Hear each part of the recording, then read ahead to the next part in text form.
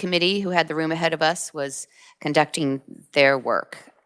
Want to first ask, do we have any requests for bill introductions from committee members? Senator Bowers. Thank you, Madam Chair.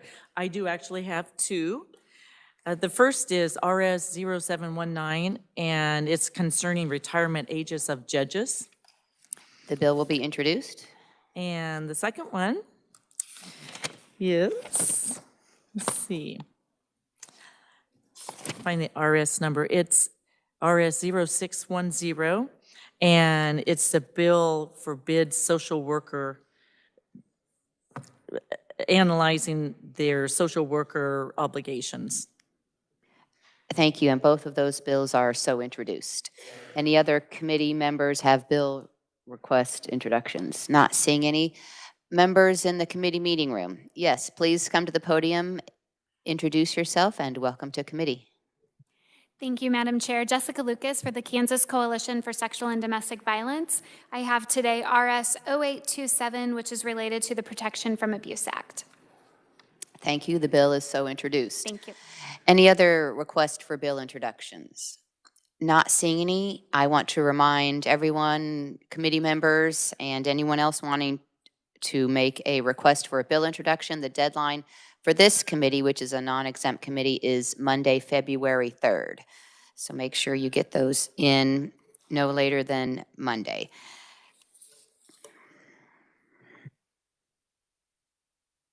With that, then, we will open the hearing on Senate Bill 71, increasing the criminal penalties for buying sexual relations, removing provisions regarding city ordinances prohibiting buying sexual relations, requiring certain offenders to complete an educational or treatment program regarding commercial sexual exploitation, and requiring the Attorney General to approve such programs in consultation with the Office of Judicial Administration.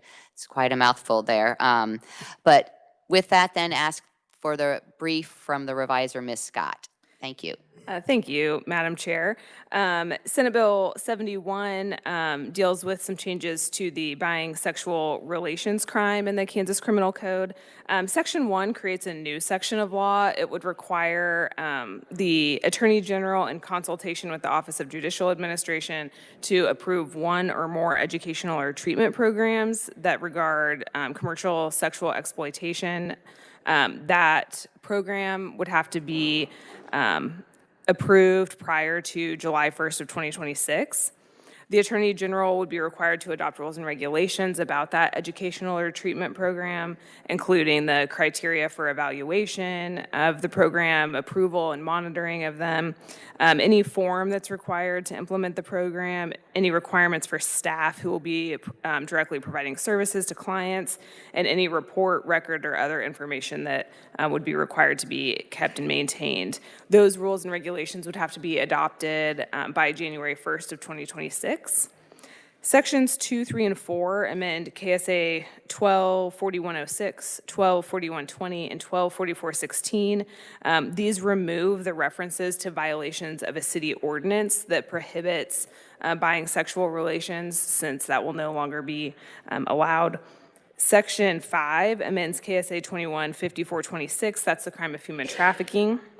For convictions under that crime that occur on or after July 1st of 2026, the court can order a person convicted to enter into and complete an educational or treatment program that's approved by the Attorney General that we talked about in Section 1 regarding commercial sexual exploitation.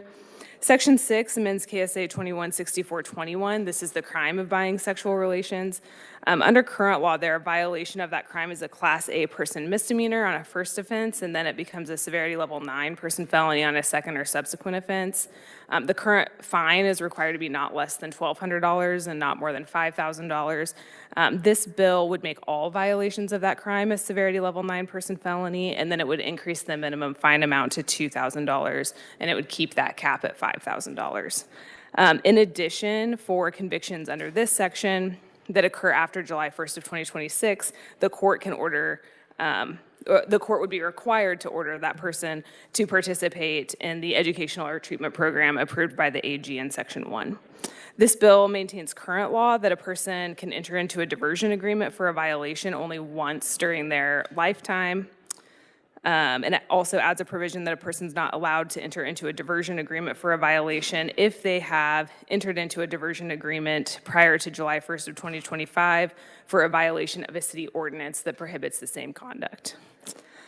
This section is also amended to remove the subsection that provides that nothing in this section is construed to prevent a city from enacting an ordinance or county from adopting a resolution that prohibits these same acts, since that won't be allowed. Section 7 amends KSA 216422. This is the crime of commercial sexual exploitation of a child. Again, for convictions under this section that occur after July 1st of 2026, the court may order that person convicted to complete the educational or treatment program that's adopted by the AG. And then finally, Section 8 amends KSA 222909. This is the statute that sets requirements for diversion agreements, and it provides that if a diversion agreement is entered into for a violation of buying sexual relations that occurs on or after July 1st of 2026, then the agreement has to require that that defendant participate in and complete the treatment or education program adopted by the AG. And I can take any questions. Thank you, Ms. Scott. Any questions for the revisor? I do have one. Is there anything in the bill or otherwise that would require registration on the sex offenders registry? There's nothing in this bill. We've made a few changes to that, so I'd have to go back and look to see what the registration requirements are. Certainly, commercial sexual exploitation of a child is on the registry, but with respect to buying sexual relations, I'll have to double check how long, if those people are required to register. I can check when I sit back down. Thank you. With that, then we have a question from Senator Clays. Thank you, Madam Chair, and thank you for the reading of that. I'm curious on this, when you say treatment program, that's adjacent to my wheelhouse, and I'm just wondering, are there treatment programs for something like this, or are you suggesting that maybe some of the offenders may have some diagnosis needs treated? I mean, that's medical language, so I'm just wondering what we're referring to there. Thank you, Madam Chair. Senator, so actually under current law, if you look, let me find an example so you can see the exact wording. For example, on page 6 in the human trafficking statute, starting at line 20, current law actually requires those convicted under these sections. It says the court may order a person convicted to enter into and complete a suitable educational or treatment program regarding commercial sexual exploitation. So current law already allows the judge to order people to participate in one of these programs. What this bill does is says the Attorney General has to find one of these programs, one or more of these programs that they deem to be suitable, and approve them for use under this section. So then starting July 1st, 2026, those people who are convicted under these statutes would have to be participating in the Attorney General's approved treatment program.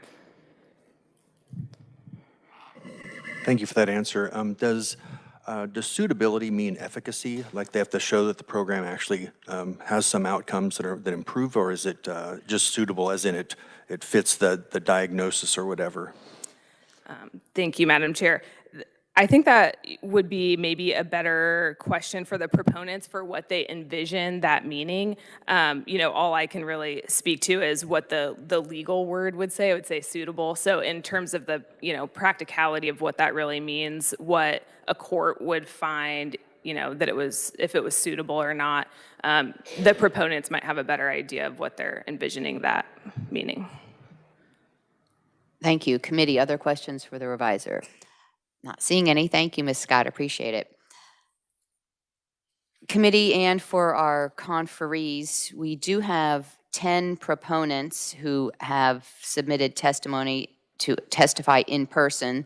And with the time limits of the committee, I'm going to keep each conferee to 4 minutes for their testimony, and I'll have a timer up here so that we can keep the hearing moving and within our time constraints. And we're going to leave all questions for the conferees until the end. So please write down your questions or keep them in mind, committee. And we will then start with Michael Kege, Shawnee County District Attorney. Please introduce yourself and welcome to committee.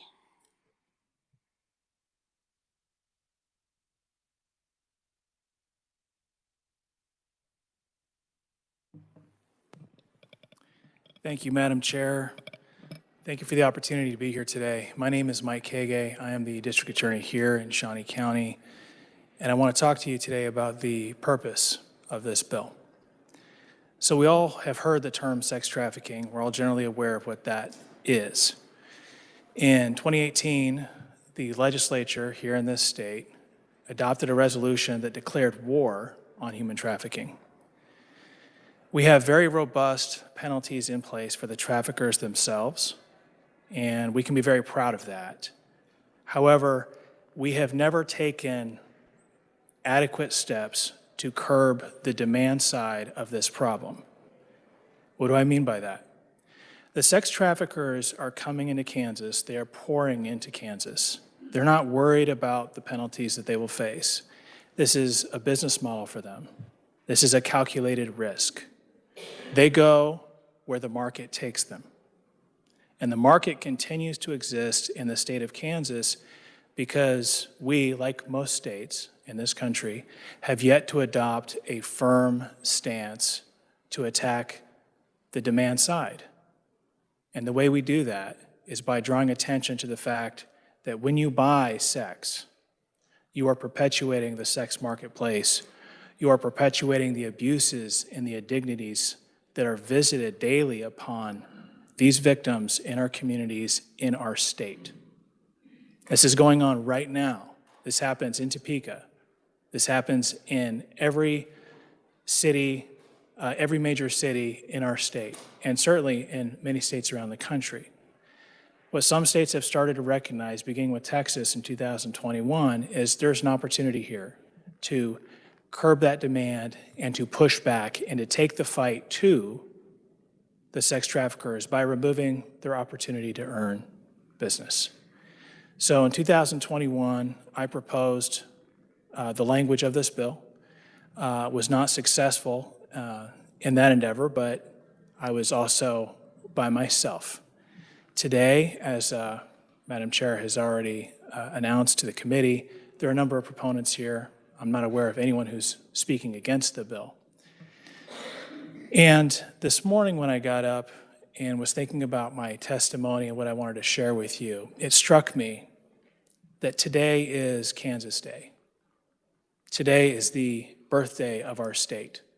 And the legacy of this state, the legacy that we own as Kansans, is that we have always been on the right side of this fight.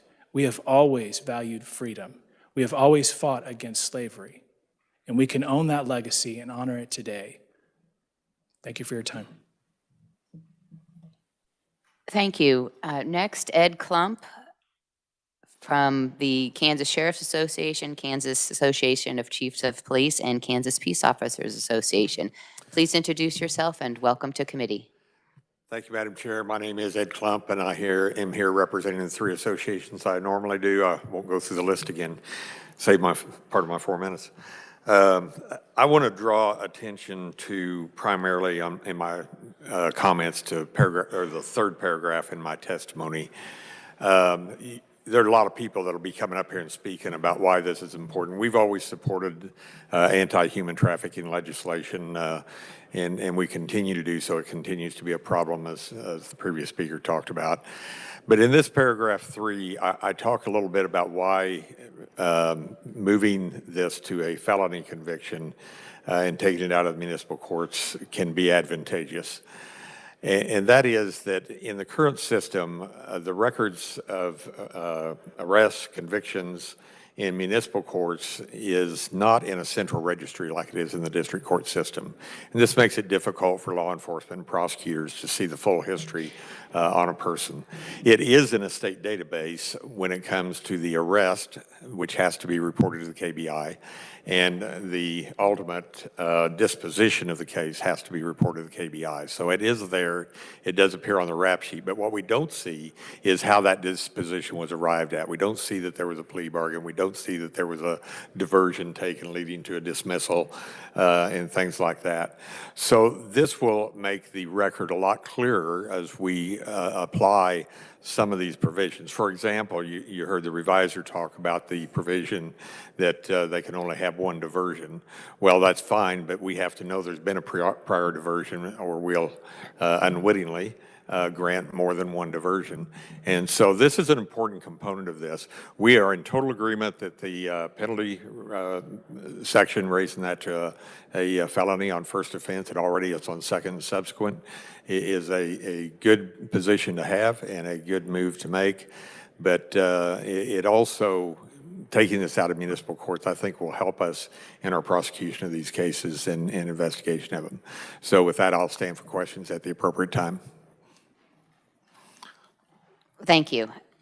And I'll help our conferees with a 1-minute warning as well. I'll share one with you. Thank you for that. Next, we have Angela Bowles, Founder and Executive Director, Project to Restore. Please introduce yourself and welcome to committee. Thank you very much, ladies and gentlemen. I stand here before you on behalf of survivors of sex trafficking. I am the founder and executive director of a long-term restoration program right here in Topeka, and we serve women who have been trafficked, and so I'm here on behalf of their voice. As you know, exploiting sex is not a new problem. It goes back over 4,500 years and can be noted in many places throughout the Bible. But I'm here just to point out that sex is not a commodity. It is not something to be bargained away or sold for another person's gain. Yet today it is a multi-billion-dollar industry, $5.7 billion in the United States alone. And we cannot confuse sex with the consensual sex, between two people is not trafficking. Sex in itself is not a crime, but demanding sex under the use of force, fraud, or coercion should be. When a buyer, through the use of his dollars, is paying for sex, they are entering into an unspeakable agreement of coercion to have their needs met. Worldwide statistics overwhelmingly show that behind the sale of sex is a person behind the scene controlling the victim. Buyers just refuse to acknowledge this. So as we stand here today, the cry of millions of victims, children and adults, are crying out and saying, why can't this be stopped? Because they have no choice. The victims have no choice. They don't have a voice, and they don't believe they have a choice or a voice. But buyers have a choice. And guess what? They're not paying attention to it. They're not paying attention to the overwhelming statistics that show that this is a crime with a victim. They just keep buying.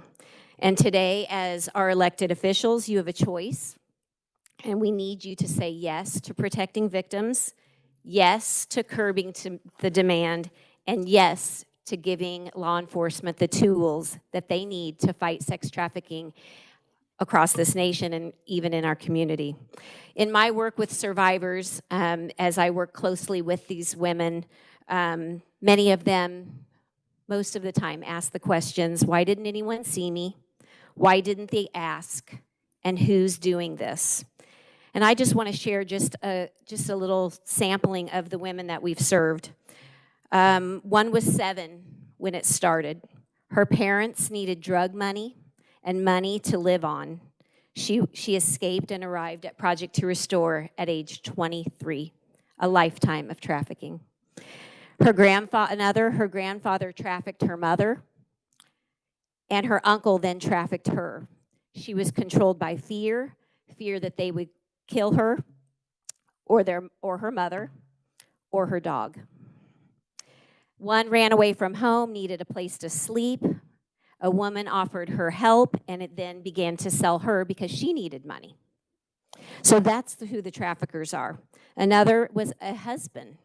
My husband was my trafficker, and she thought she would lose her kids if she did not go along with it. So sadly, this is the reality of that, but buyers don't want to believe. Buyers want to believe that this is consensual, and this is not consensual on behalf of the victims. Victims rarely have a choice, but the buyers do, and it is clear that the only way we are going to stop this crime is by making buying a felony. Please support this bill in its entirety. The education and diversion component is vital to changing the minds and the hearts of those who believe that is a victimless crime. Thank you very much for your time and your consideration.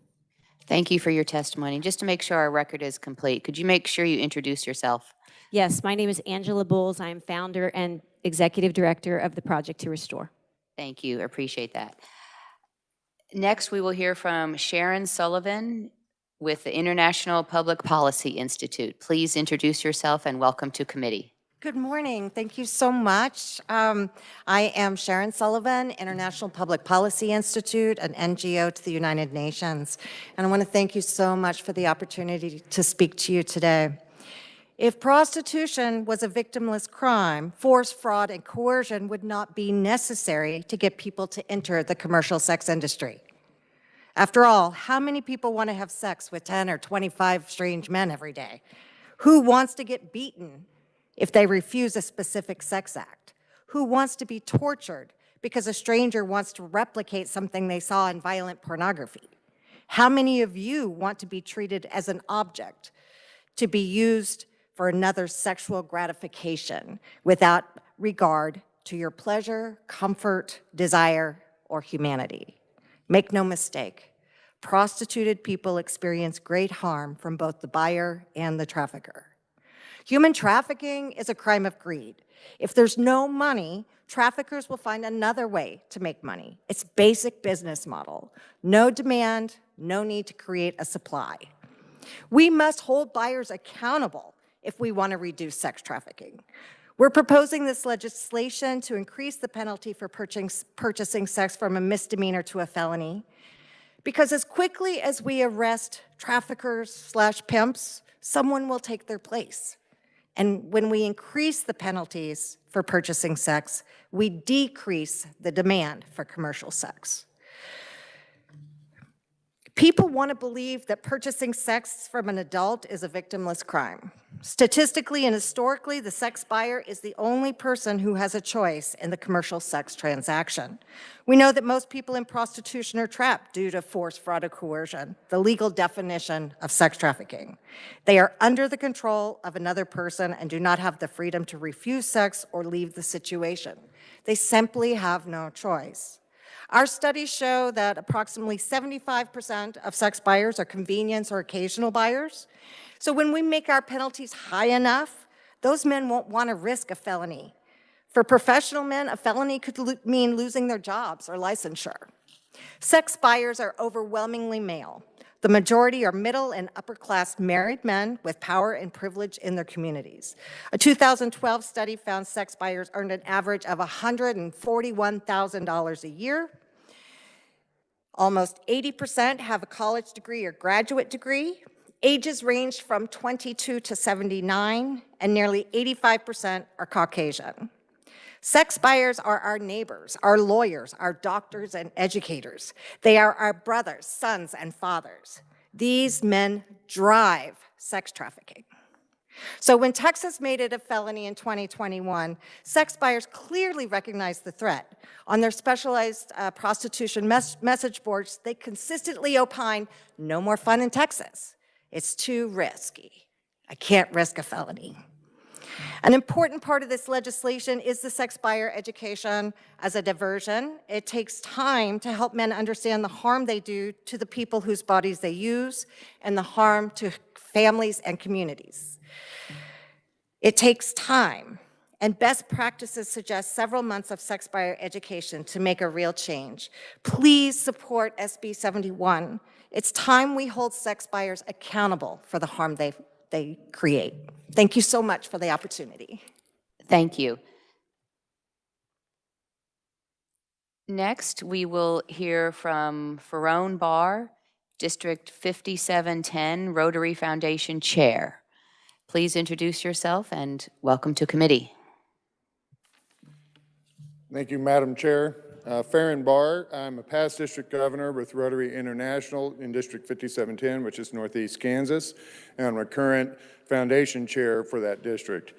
As a representative of 40 clubs in Northeast Kansas, we have approximately 1,900 Rotarians in our district, and we decided to start trying to eradicate human trafficking in early 2019.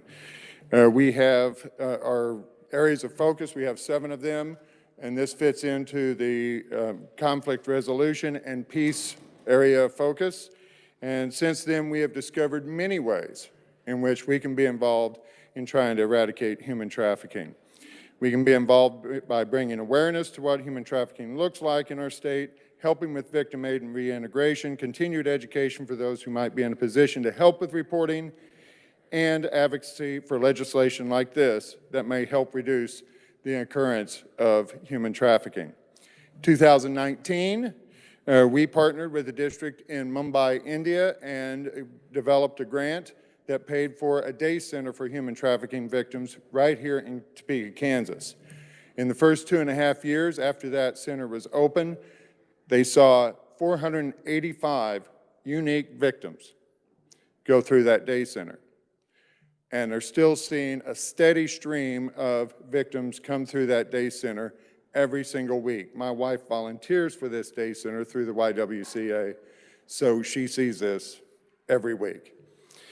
Our district has been involved in several grants since then, which has involved Panama, South Africa, Taiwan, another district in India, and we have developed $250,000 in global grants that have helped eradicate or diminish human trafficking or help with victim aid throughout Kansas City, Topeka, and Manhattan. One of the things that we've seen in this area is reducing demand is a very, very important thing that we support. And when you look at the statistics of the buyers that Sharon Sullivan just told you, you can see that a felony on the record of many of these buyers would not only destroy their career, their reputation, but could cause severe family and social problems for them. So we feel that making this a felony is absolutely necessary because then the cost would be too high for many of these people. We also feel that the buyer's education piece of this legislation would be helpful to those people who may not be aware of the harm that they are causing, the severe harm that they are causing to these victims. 2021, as was mentioned before, Texas enacted the first bill like this that would cause first-time buying being a felony. And since then, just last year, 3 other states, Delaware, Oklahoma, and North Carolina, also enacted similar laws. We have partnered with another district in Kansas, 5680, which is south and western Kansas, and on many projects throughout the state, and we feel that the 4,000 Rotarians represented by both districts would be in high support of legislation just like this. So we hope that you will all support SB 71. Thank you. Next, Jason Alvis, Chief Executive Officer, ReHope. Please introduce yourself and welcome to committee. Thank you, Madam. Ladies and gentlemen, thank you for allowing me to be here. I am Jason Alvis. I'm the CEO of ReHope, and we provide both short and long-term residence and recovery programs for survivors of human trafficking. We are also in the unique position to offer the Stop Sexual Exploitation training that is being discussed here as part of the diversionary program. Over the course of 2024, ReHope and Veronica's Voice, some of you may have heard of that similar operation in Kansas City. We merged, and they're now a part of ReHope, and with that merger came the Stop Sexual Exploitation KC program that is now being reinvigorated and re-offered to the judges and the court systems in the Kansas City area. So as I heard dates of July 2026 and things like that for an Attorney General approved curriculum, I look forward to helping with that process and offering our assistance, offering the program that we are currently teaching, and offering to those who buy sex. And from this unique position, we have seen for the men that come through our program, we've seen them realize the impact and the devastation that their perpetual purchasing of sex is causing for their victims, and is potentially now going to be causing for themselves and for their families and for their own livelihood when we make this a felony and really have an impact on their own personal lives. I would like to direct your attention to the written testimony of Christy Childs, who was the founder of Veronica's Voice, and then also Neil Getzlow. He is our Stop Sexual Exploitation facilitator at the moment, and so my comments will be supporting what they are saying as well. The attendees that come to the classes that we instruct reveal that they are participating and they're purchasing sex often from a place of pain and loneliness and, unfortunately, fueled by pornography. But we reinforce to them that doesn't take away accountability or responsibility, and unfortunately, in today's culture, they're way too easy for people to ignore. SB 71 would allow us to put a little bit of support and strength behind making men accountable and responsible for their decisions which lead to behaviors. As it stands right now, men can get arrested for solicitation, get issued a citation for a misdemeanor, pay a nominal fine, and move on with their lives like nothing happened. While getting caught like that might scare some men for weeks, it doesn't offer true deterrence, and that is what this bill will do for men and also for the victims. Victims seeing and knowing that exploiters are being dealt significant consequences for their egregious actions elevates their mental state and outlook, and also exists in their recovery. This is true restorative justice, both for the buyer and for the victim, and that's what we need with SB 71 is restorative justice. So please become a proponent. Thank you. Thank you. Committee, you do have in your committee folder the written testimony that he referred to from Neil Getzlow, Director of Men's Education with Rehope, and Christy Childs, Founder, Veronica's Voice, now with Rehope. And also in your committee folder, you have other proponent written-only testimony from Brad Barrett, who is a representative of House District 76 in the Kansas House of Representatives, Matthew Bingesser, Administrative Counsel, Office of the Attorney General, Chuck Weber, Executive Director, Kansas Catholic Conference, Andrea Carter, Private Citizen, and Dorothy Stuckey Haley, Licensed Social Worker, Haley Counseling Services. With that, then, we will next hear from Kristen Hammer, Community Engagement Coordinator, YWCA of Northeast Kansas. Please introduce yourself and welcome to committee. Thank you. Thank you, Madam Chair and members of the committee. My name is Kristen Hammer, and I am here with several colleagues from YWCA's Center for Safety and Empowerment, which I'll refer to as CSE.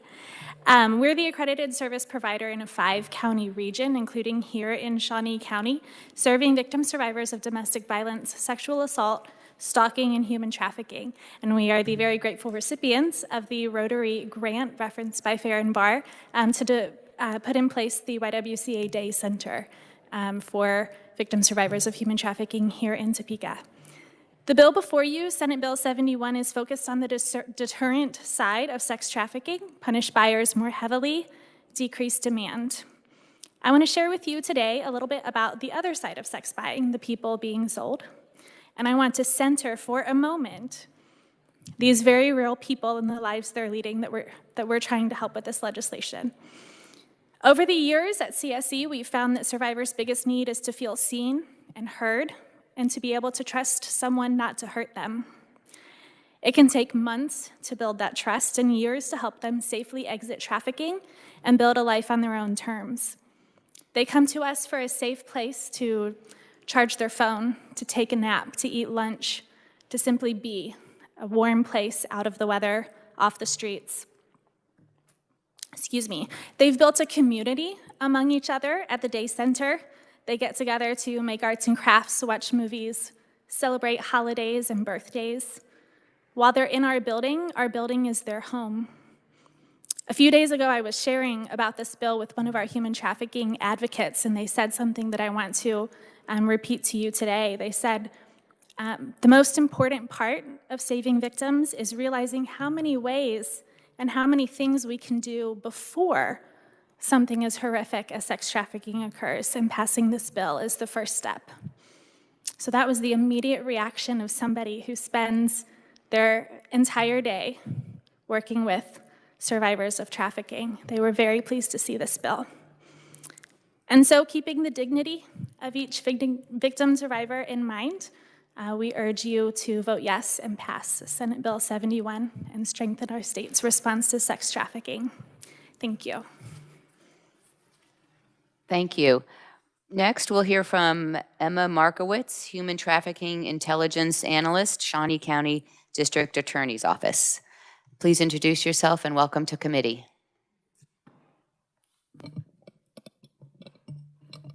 Good morning. My name is Emma Markowitz. I am the Human Trafficking Intelligence Analyst for the Shawnee County District Attorney's Office as part of the Special Investigations Division.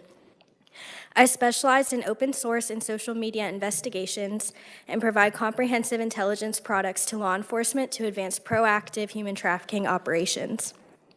I received my bachelor's in political science and minor in intelligence and national security studies from the University of Kansas. I hold over 130 training hours and have almost a year of investigative analysis experience. I'm here today on behalf of the Kaw Valley Anti-Human Trafficking Task Force to advocate for SB 71.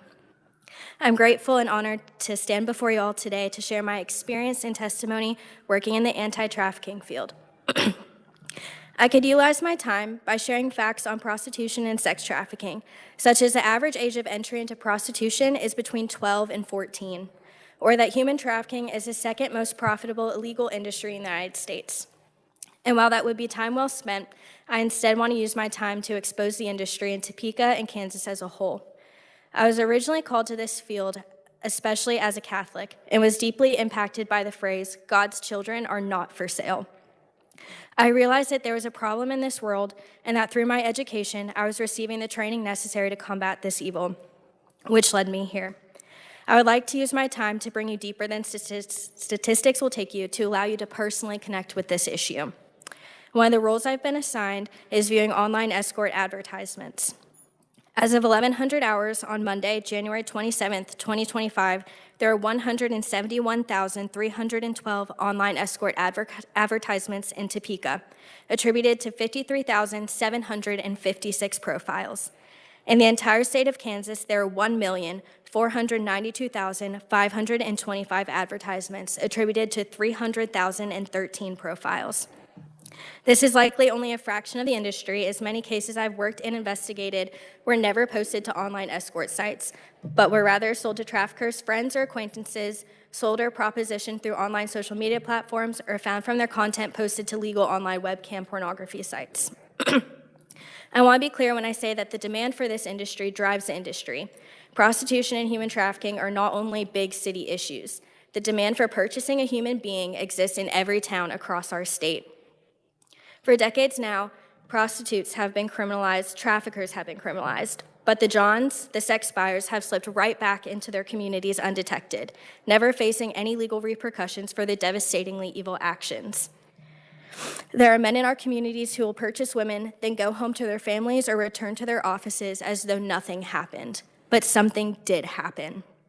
I would like to share with this body some of the advertisements I have seen. Most of these advertisements feature women, most often completely naked and photographed from a camera held by an unknown individual. It's not the images that devastate me the most, it is instead the language of trafficking.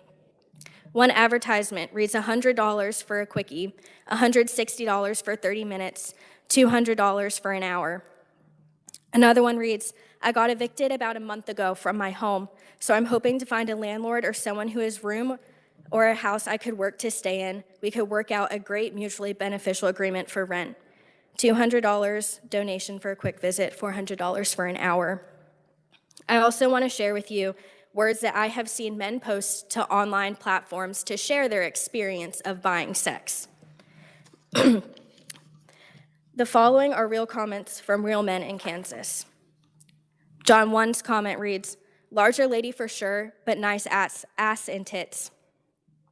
Comment 2 reads, slender, tall build with a belly slowly growing on her, B cups that used to be a lot more perky, but I don't know what happened, an ass that is a handful though. John 3's comment reads, pretty face, nice body, large breasts for an Asian anyways, baby damage.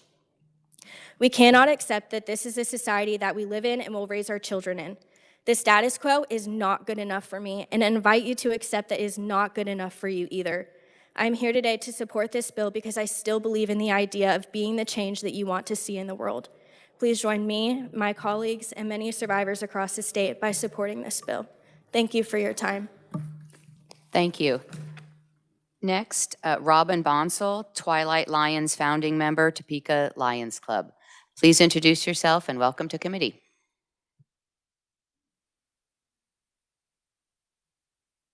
Thank you, Chairwoman Warren and members of the committee. My name is Robin Bonsall. I am a lifelong Kansan, wife, mother, taxpayer, voter. As mentioned, one of the founding members of Twilight Lions, which is a branch of the Topeka Lions Club. I am here today because I very much support this bill. I acknowledge that commercial sexual exploitation is a problem that far surpasses me in my existence. I would like to share that for about 10 years, from 2010 to 2020, I was an actor for DCF, creating a space for would-be social workers to practice their interview skills with children as they go out in the field, practice with me as an adult instead of practicing on children. I learned many things that I didn't understand just in being an actor in those situations. And then in 2013, I became a mother, and things started to sit differently, being a mother myself and being an actress in a situation that was very uncomfortable. My son is now 11 years old. He is a 5th grader.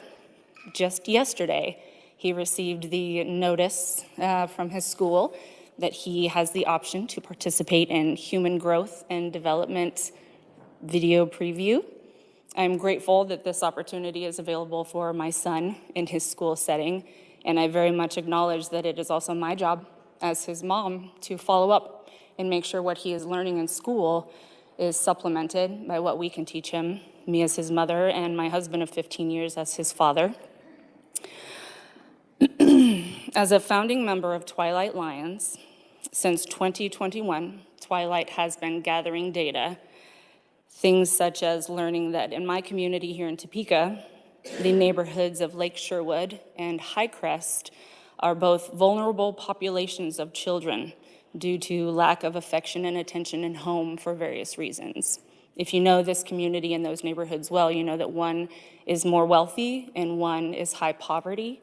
So there are varying degrees of reasons why those two populations of children are vulnerable to human trafficking. I also learned that the average sex buyer is a middle-aged white man with the average salary of $140,000 to $150,000. There are also 65% of those men offenders who are married.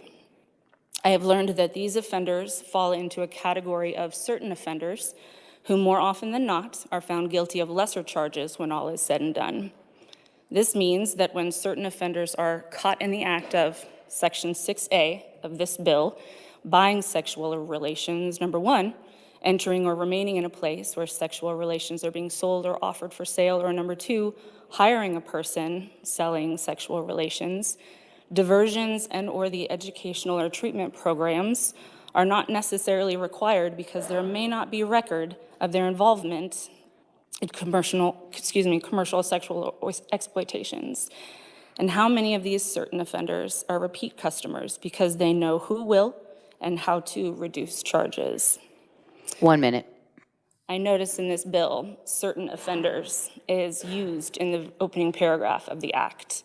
And I urge the committee to continue working so that this bill reflects all offenders be required to participate, if not a treatment program, then an educational program that helps them understand they create the demand that creates the supply. I also understand that it is my duty as the mom to do my best to explain the differences to my white male son, the difference between love and lust, rape and consent, and the consequences of his action as he approaches adulthood. And I urge you to do your part in supporting this bill. Thank you very much. Thank you. And next, we will hear from Kim Borchers, Board of Directors, Project to Restore. Please introduce yourself and welcome to committee.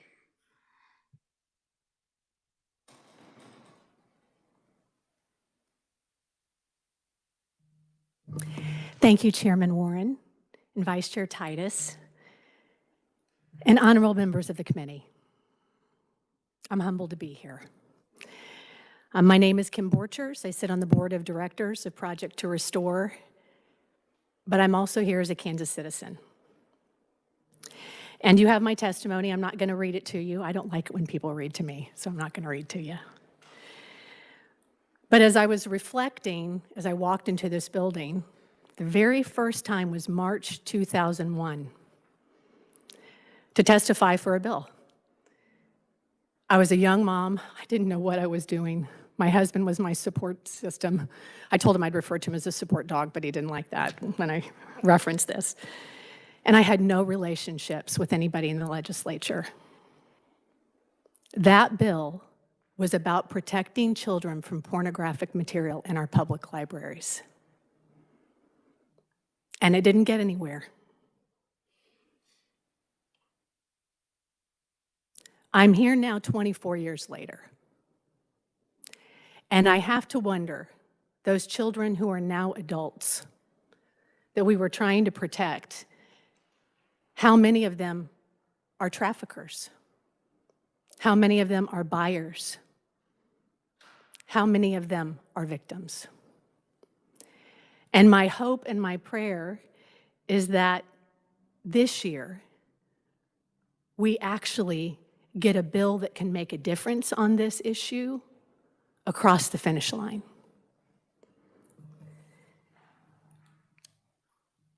It's been referenced that this is modern-day slavery, and I was thinking about this as we had a public forum a few weeks ago because this is Human Trafficking Awareness Month, and one of the individuals who was in attendance said to me, he said, "This is such a big issue. I mean, how can we even do anything about it?"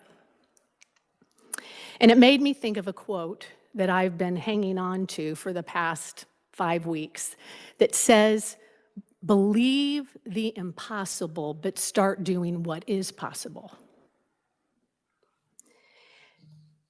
And I'll end because you've received so much information from folks. It's great information. I hope you leave here heavy-hearted thinking, I've got to do something. But let me encourage you from this story. My eldest daughter, who's now a pediatric resident, she was 3 when I started doing this stuff. And I remember sending her downstairs to clean up her toys in the basement. It's amazing the tornado that 3-year-olds can do in a basement. And I gave her about 30 minutes, and I went down, and she hadn't picked up anything. She was standing in the middle of the room in her pink tutu, and I said, "Hannah, you haven't picked up any of your toys." She turned around, and her face was red, and she had tears streaming down. She said to me, I'll never forget it, "Mommy, I don't know where to start." So I went over to her, and I got on her level, and I said, "Hannah, one toy at a time. This is what I say to you as a legislative body. You want to know where to start? Senate Bill 71. seems like an impossible task to stop human trafficking in Kansas. But we can do what is possible. And it's piece by piece, legislation by legislation, incrementally. And so I would ask for your support. Thank you so much. Thank you. Do we have any other proponent conferees in the committee meeting room wishing to testify? Not seeing any, then that does conclude our proponent conferee testimony, and we will open it up for questions from the committee. Not seeing any. Yes, Senator Argabright. Thank you, Madam Chair. Thank you for all the testimony. Maybe a question for the revisor. Is the bill in the House resemble this bill? Thank you. Ms. Scott? Thank you, Madam Chair. Senator, I'm not sure what House bill you are referring to. If you had a number, I could look at that. I do, Madam Chair. I do not. I just saw we had a representative as a proponent, and I would assume that there's a House bill, and I just... Well, let's ask the conferees. Sure, Mr. Kage, if you're approaching the podium, that'd be great. Please introduce yourself again. Thank you.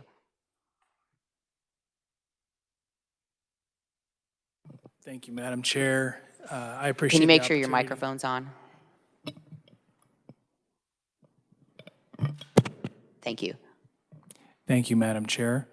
I appreciate the opportunity to answer that question. I am unaware of any bill going through the House. I believe the letter you're referencing is from Representative Brad Barrett, who is aware of this bill in part because when he's not a representative, he is a special investigator in my office dedicated to human trafficking investigations. Thank you. Thank you, Madam Chair. I'm not aware that there's a bill, a companion bill in the House, so this would be it. So yes, committee, are there other questions? Senator Shane. Thank you, Madam Chair. Actually, Mr. Kage, I think you could probably answer this, but my question would be related to the severity level of the felony, and if the conferees that proposed this, if they believed that that was the most appropriate felony level to assign, or if they had thoughts that maybe the level should be greater than what has been proposed in the legislation. And as an additional thank you to all of the advocates and the victims that are in this room today. And thank you for bringing forward this important piece of legislation. So thank you, Madam Chair. Thank you, Senator Shane. I believe this level of offense was chosen primarily because it already existed within the existing statute. And we were not trying to overcomplicate the matter. The impetus behind this is to show buyers that this is very serious and their actions have real consequences on real people, and we want to draw attention to that. We want to have real accountability in place, and we believe a felony does that. Thank you. Committee, other questions? Senator Rose. Thank you, Madam Chair, and I also would like to thank you guys so much for being here today, and I look forward to supporting this bill. Mr. Kage, how many Johns are found guilty? And what is the prison sentence with this legislation based on the chart? So we're talking, Senator Rose, thank you. We're talking about a level 9 felony, which for a point of reference, if you commit felony theft in the state of Kansas, so if you were to go to a retail store and take $1,500 worth of items, you would be charged with a level 9 felony. So that's what we're talking about. Unless someone has an A box or B box criminal history, they're not looking at prison for any level 9 felony. They're going to be presumptive probation. And the underlying sentence that they could be considering while they're serving that probation is going to be contingent on where they fall on the Kansas sentencing grid. So we're not talking about prison time. We're talking about a felony which does have real-world implications, can affect their livelihood. Certainly is not something that you just slip in and out of city court and deal with. It's something that your family is going to know about. It's something that's going to require multiple court appearances. It's going to have a real deterrent effect, we believe, on the regular buyers, right? So studies have told us that approximately 70 to 80% of the sex marketplace is created by these recurring buyers, the high volume folks. They have disposable income. They're generally very well established with families and jobs that they don't want to lose, and felonies can get in the way of that. Can I have a follow-up? I think that's good to hear that you have the teeth of the felony, but we're not adding to the burden of our corrections system. And I'd like to thank Ms. Markowitz for your work. I know that that's very difficult work, and in my mind, you're a hero, and I appreciate what you're doing. And my question is, with this legislation, do we need to add any funding for investigators, or do they have all the support that they need? Thank you again for the question. I think there's a lot we can do to support law enforcement in general. Certainly, there are not adequate resources today to conduct investigations into human trafficking offenses in the state. And Emma, as you've referenced, she serves on our human trafficking task force that we created here in Shawnee County, first of its kind in the state of Kansas. It is federally funded because, again, resources really are not plentiful for these types of investigations. We believe, however, that, again, Senate Bill 71 is a positive step to disrupting the sex marketplace that allows these crimes to occur, that draws the traffickers into our state. That's what we're really trying to deter right now. Thank you. Thank you, Madam Chair. Thank you. Senator Reichman.